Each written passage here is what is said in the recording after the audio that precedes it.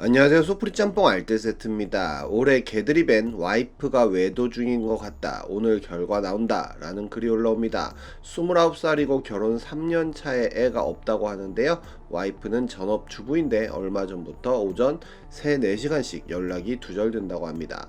등산을 간다고 하는데 수산에서 몇 번 출근한 척 미행하려고 했지만 다 놓치고 택시비만 날렸다는데요. 확실히 알아낸 건 등산 운동은 절대 아니라는 것이라고 합니다. 대놓고 물어보고 싶었지만 용기도 없었고 심증만 있지 물증도 없고 아니라고 하면 답도 없어서 참다가 그냥 탐정사무소 가서 돈 내고 와이프 뭐 하는지 알아봐 달라고 했는데 오늘 퇴근 시간에 알려준다고 연락 왔다고 하는데요. 너무 긴장돼서 일이 손에 안 잡힌다고도 합니다. 그리고 얼마 후 와이프 외도 글 올렸는데 후기다 라면서 글이 하나 또 올라오는데요. 성경 녹차김에 참이슬 한 병을 혼술하고 있는 사진과 함께였습니다. 탐정사무소에서 보여준 자료와 사진과 영상을 보고 판단한 결과 외도가 아니었고 주 5일 고아원 양로원에 가서 일을 했다고 합니다. 여기까진 좋은 소식인데 나쁜 소식으로는 일한 이유는 사회봉사 명령으로 간 거라고 알려줬다고 합니다. 와이프한테 고아원 양로원 다니는 거 왜 말 안 했냐고 물어보니까 와이프가 싹싹 빌면서 진실을 토해냈는데 보복운전으로 사회봉사 명령 맞아서 하고 있다고 미안하다고 고백했다고 하네요. 이건 뭔가 조상님이 도운 듯 안 도운 듯한 느낌인데요. 이번엔 조상님이 절대로 안 도와줬던 사람들을 모아봤습니다. 그럼 한번 볼까요? 첫 번째는 부부싸움 후 물건 던지는 와이프입니다. 2021년 보배드림에 올라왔던 글인데요. 하도 스트레스를 받아서 잠도 안 오고 줄담배만 피다가 잠도 안 오고 해서 끄적인다며 글이 시작되는데 오늘 낮에 와이프가 5살 아들과 잠시 놀아주는 사이 담배 한 대 피려고 아래층 좀 내려갔다 올게 부터 와이프와 싸움이 시작되었다고 합니다. 와이프가 상대방을 비아냥대며 자존심을 긁는 그런 편이 많은데 이번엔 5살 애한테 들으라며 너가 아빠 할매가 가정교육을 저리 시켜놔가지고 이러쿵저러쿵 하는 말을 하였고 초3 때부터 아버님 없이 홀로 어머님이 글쓴이를 키워왔었기에 빡친 글쓴이가 미친놈처럼 고래고래 소리를 질렀다고도 합니다. 그러자 5살 아이에게 너희 아빠 정신적으로 문제 있나 보다 약 좀 지어 먹으라고 그래라. 그러니 너희 아빠는 친구도 없어 같은 말을 했다고 하는데요. 글쓴이도 빡쳐서 아들에게 아빠 어릴 때는 남자들끼리 치고받고 싸워도 부모 욕은 안 했는데 너가 엄마는 패드립을 아무렇지도 않게 한다라는 이야기를 했더니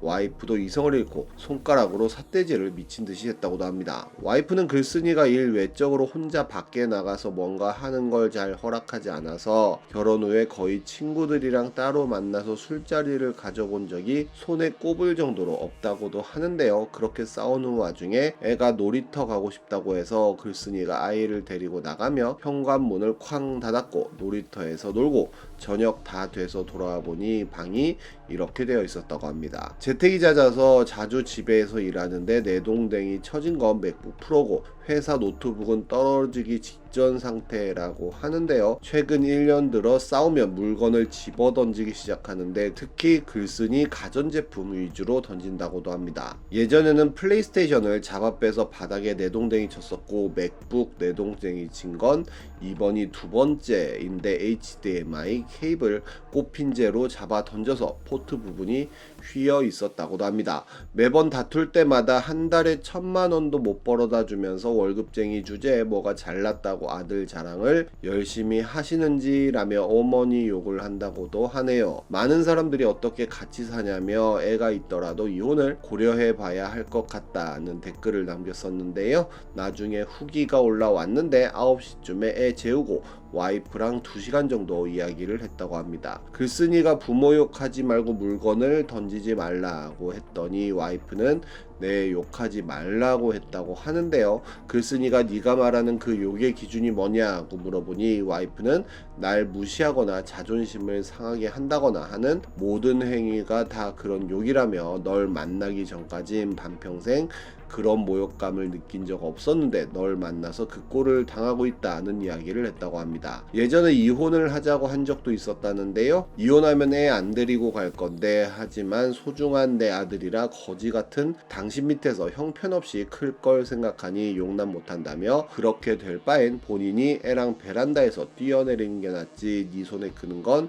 눈 뜨고 못 본다며 애가 다 성장해서 충분히 이 상황을 이해해 줄 때까지 애한테 이혼 가정은 못 만들겠다고 했다네요. 그리고 그분은 3년이 지난 올해 8월에도 글을 하나 올렸는데요. 와이프가 8살 아들에게 전화하지 말라고 합니다 라는 글이었는데, 회사 기숙사 생활하느라 평일엔 가족과 떨어져 있는 관계로 8살 아들 목소리가 듣고 싶어서 저녁 6시 반에 아들에게 전화를 했더니 전화를 안 받았다고 합니다. 그래서 결국 와이프한테 전화를 해서 아들을 바꿔달라고 했다는데요. 그렇게 통화를 하고 끊었는데 1시간쯤 지나서 애가 잠들고 난 뒤에 전화가 왔다고 합니다. 애 핸드폰 중독될까봐 핸드폰 멀리하게 놔두는데 왜 애한테 전화해서 핸드폰 만지게 하는 상황을 만드냐며, 굳이 통화할 거면 전화해서 바꿔달라고 하면 되잖아 라고 했다는데요.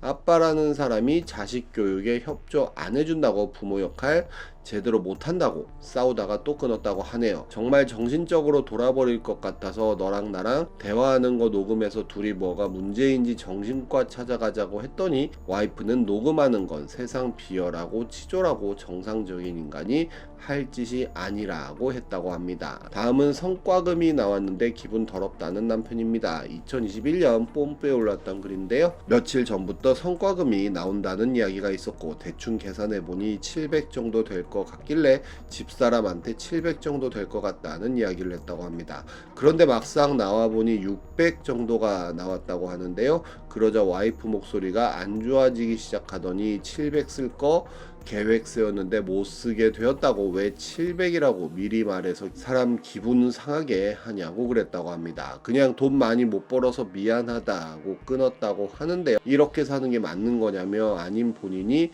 잘못한 건가요? 라고 물어보며 마무리를 했는데, 많은 사람들이 어떻게 성과금을 고스란히 다 쓸 계획을 세우냐면서 주작 아니냐며 세상에 그런 미친 어딨냐고 댓글을 남겼었는데 왜 버리고 주작도 아니고 주말 부부 하고 있으며 애가 둘 있어서 이혼도 못하고 이렇게 살고 있다는 답변을 남기기도 합니다. 다음은 장인어른에게 4천만원 대출해준 사위썰입니다. 올해 블라인드의 경희대학교 의료원 직원이 올린 글인데요. 글쓴이는 장인어른에게 연락이 오면 언제든 최선을 다했다고 합니다. 컴퓨터가 고장났다고 하면 바로 휴가를 내고 그 먼 곳까지 가서 손을 봐주었는데 막상 가보면 IP선이 빠져 있거나 키보드에 num락이 눌린 정도의 사소한 문제들이었다는데요. 허무했지만 얼굴 뵙고 좋네요 라며 너스레를 떨었고 그저 웃었다고 합니다. 장인어른이 아파트 청약을 넣어야 한다고 하면 미리 알아보고 본인 인증 절차까지 대신해 줬다는데요. 경희대병원에 지인이 진료보고 싶다고 하면 누군지도 모르는 그 사람을 위해 진상 직원이 되기 일쑤였다고도 합니다. 그런 적이 한두 번이 아니었다고도 합니다. 그러던 2019년 어느 날 갑자기 만둣국을 사준다고 하길래 순간 이상한 느낌이 들었다는데요. 식사를 마치고 돌아가는 길에 그는 사업자금 보증금으로 4천만 원이 필요하다며 대출을 받아달라는 부탁을 했다고 합니다. 땅을 팔아서 갚겠다고 하였고 결국 글쓴이는 신용대출로 4천만 원을 마련해 줬다는데요. 급하게 받아낸 대출은 만기가 1년짜리였고 장인어른은 충분히 갚을 수 있을 거라며 자신했는데 그 돈은 2024년이 되어도 돌려받지 못했고 매년 글쓴이는 은행에 가서 대출 연장을 신청해야만 했다고 합니다.